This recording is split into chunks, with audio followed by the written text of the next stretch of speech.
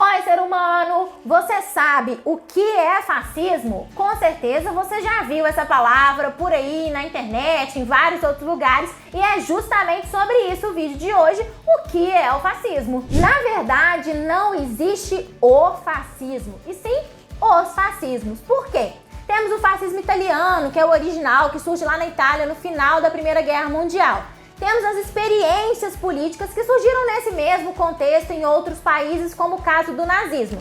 E a gente tem o fascismo como um conceito histórico, um conceito para a gente analisar alguns regimes políticos, inclusive na atualidade, que tem alguns elementos comuns com esse fascismo original italiano. Para a gente entender o fascismo, vamos lá no original, na base, o italiano.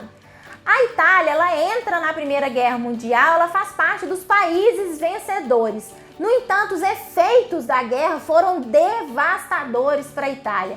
A crise econômica, desemprego, vários problemas sociais e uma grande instabilidade política assola a Itália por ali.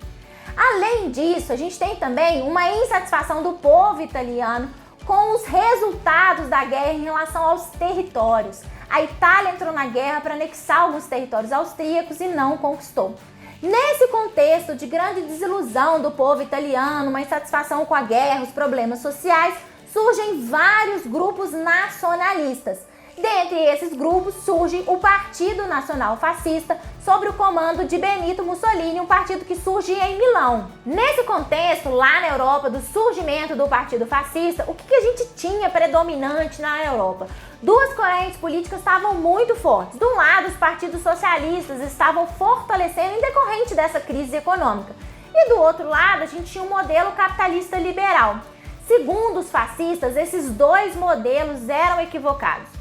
O socialismo porque incentivava a luta de classe e o capitalismo porque incentivava o liberalismo, o individualismo. Segundo eles seriam uma alternativa. A ideia de formar um novo modelo econômico baseado num grande fortalecimento do Estado e uma unidade da nação. E o partido começou a ficar muito popular e popular rapidaço. Vários grupos, vários setores sociais começaram a apoiar o partido muito por quê? Porque ele defendia a salvação da Itália. A Itália iria se reerguer desses eventos aí pós-guerra e voltaria a ser gloriosa com a ascensão deles no poder. E eles vão ganhar tantos apoiadores que no ano de 1922 eles fazem uma marcha cabulosa, um grande comício político em Roma, um evento conhecido como a Marcha sobre Roma. Com a marcha, os fascistas mostraram a força política que eles tinham. E o rei Vítor Emanuel, nessa época a Itália era uma monarquia parlamentarista, pensou, vou chamar esse cara aí, ó, que tá famosinho pra compor o governo e gerar uma certa estabilidade política. E foi aí que Mussolini foi convocado e faz parte do governo italiano a partir desse momento. Com o passar do tempo, o partido vai estruturando o seu governo e as características desse governo são a base do que a gente chama de fascismo na atualidade. O nacionalismo é uma característica central do fascismo. Regimes com caráter fascista têm um discurso que o seu povo é superior diante dos demais. E nesse contexto, mais especificamente da Itália e da Alemanha, tem um outro elemento. Que povo é esse? É todo mundo que nasce na Itália? É todo mundo que nasce na Alemanha? Não. Tem um caráter racial, étnico. Por quê? Nessa época tinha um negócio que era o darwinismo social. Era uma teoria que não tem nenhuma comprovação científica que os indivíduos, nós seres humanos aqui, seríamos divididos em raça. Então o indivíduo de um grupo cultural e étnico seria uma raça, o outro outra, e os originais italianos e os originais germânicos que seriam os verdadeiros povos eleitos da nação. E por isso eles deveriam se unir, deveriam fortalecer os seus laços para o engrandecimento dessas nações. E esse é um principal ponto do fascismo para a gente entender. A ideia da unidade do povo em torno do engrandecimento nacional. E como eles são melhores, os outros são piores, o fascismo também traz uma característica do inimigo. Existe um inimigo identificável. É aquele que prejudica o engrandecimento nacional. Seja uma outra nação ou seja um outro povo. No caso da Alemanha, os judeus foram identificados com esse povo que prejudicava os interesses da Alemanha original, verdadeira. Eles estavam atrapalhando, eles estavam tomando o emprego do verdadeiro germânico, eles estavam tomando os recursos do verdadeiro germânico, então eles tinham que ser expulsos. A A Itália e outros governos fascistas também classificam o inimigo, o opositor. E essa ideia de identificar alguém que está atrapalhando o engrandecimento nacional vai ser utilizada por esses governos para justificar suas políticas expansionistas e militaristas. Esses governos têm outra característica central: grande investimento no exército e políticas de expansão territorial. A Alemanha e a Itália, nessa época, usaram esse discurso para invadir outros territórios ali na Europa. E como tem um inimigo, é necessário combatê-la. Experiências fascistas são experiências autoritárias. O autoritarismo é outro ponto central do fascismo. E esse autoritarismo significa a construção de governos que vão retirar as liberdades individuais. Não são governos que garantem a liberdade política, a liberdade de imprensa, e há uma perseguição sistemática dos opositores políticos. A ideia de cidadania é completamente outra da que se tinha na época. O que tinha na época? A ideia de que a verdadeira cidadania era aquela exercida com a garantia das liberdades. Um cidadão tinha o direito a se expressar politicamente, falar o que queria. Os fascistas vão trazer uma outra concepção, que a ideia é que o cidadão ideal é aquele que não tem essas liberdades porque ele não pensa em si, ele pensa na nação. E essa ideia de romper com as individualidades, ela vai estar até na imagem, nos símbolos utilizados por esses governos. O nazismo colocou isso em prática nos seus desfiles. Você já viu com certeza algum desfile nazista. Aqueles soldados todos uniformizados, iguaizinhos, marchando numa métrica certinha. O indivíduo, ele some ali. É o coletivo que você vê. E o coletivo nesse sentido da nação. Um outro exemplo simbólico dessa ideia de que a unidade da nação é essencial é o símbolo utilizado pelo Partido Nacional Fascista. É justamente isso daí que dá o nome, fascismo. O fácio era um instrumento utilizado lá na época do Império Romano, composto de várias varetinhas amarradas e com um machado na frente. Lá naquela época significava o fortalecimento do Estado, e o Partido Fascista vai incorporar isso à sua simbologia, inclusive no nome, para dar essa ideia de que o indivíduo sozinho ele quebra, o indivíduo unido pelo Estado ele é forte. E o cidadão ideal ele vai ter um modelo, que é justamente o chefe.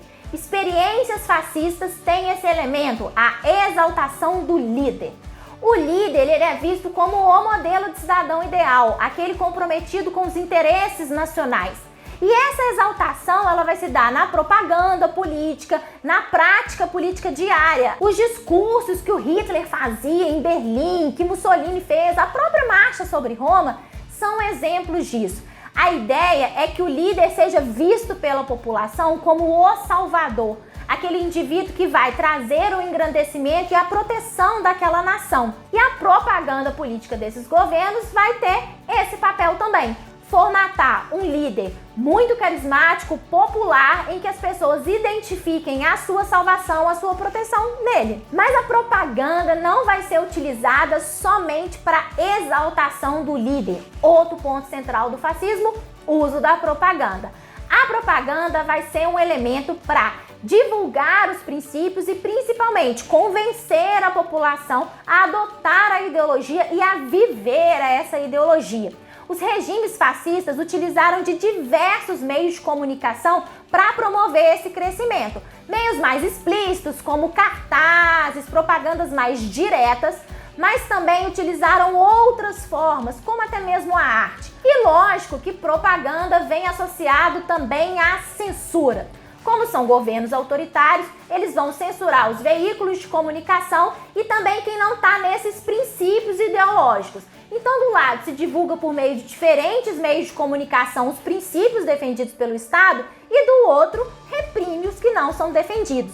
A gente tem uma cerimônia extremamente famosa na Alemanha que mostra isso, a cerimônia da queima de livros. Várias cidades, mas com destaque Berlim, tiveram suas bibliotecas e principalmente as universidades invadidas por agentes do Estado nazista. Eles pegaram os livros que eram considerados inadequados pela ideologia e fizeram queimas públicas, divulgando que essas ideias não serviriam para o cidadão ideal alemão. Outro ponto fundamental que os regimes fascistas adotaram foi uma lógica mais tradicional, conservadora, a respeito dos princípios do cotidiano e principalmente da família.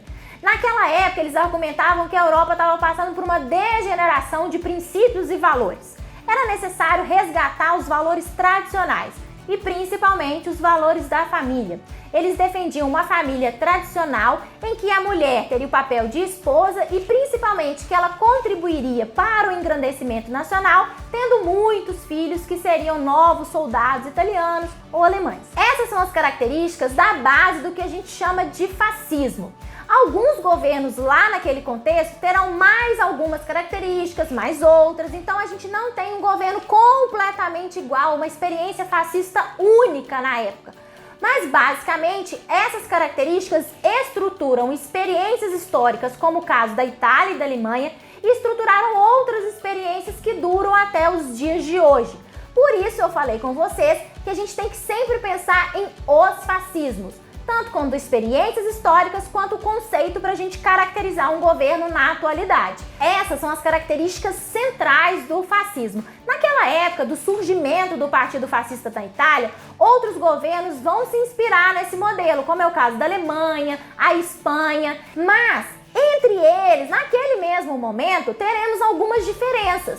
Na Itália não havia um antissemitismo tão forte como havia na Alemanha, mas o conceito tem uma base de características que façam que a gente possa utilizar ele até hoje para identificar experiências de governo que tem alguns desses pontos. Eu espero que o fascismo tenha ficado um pouquinho mais claro aí para você. Se você gostou, compartilha esse vídeo, dá o seu like, se inscreve no canal, que sempre tem uma história boa por aqui.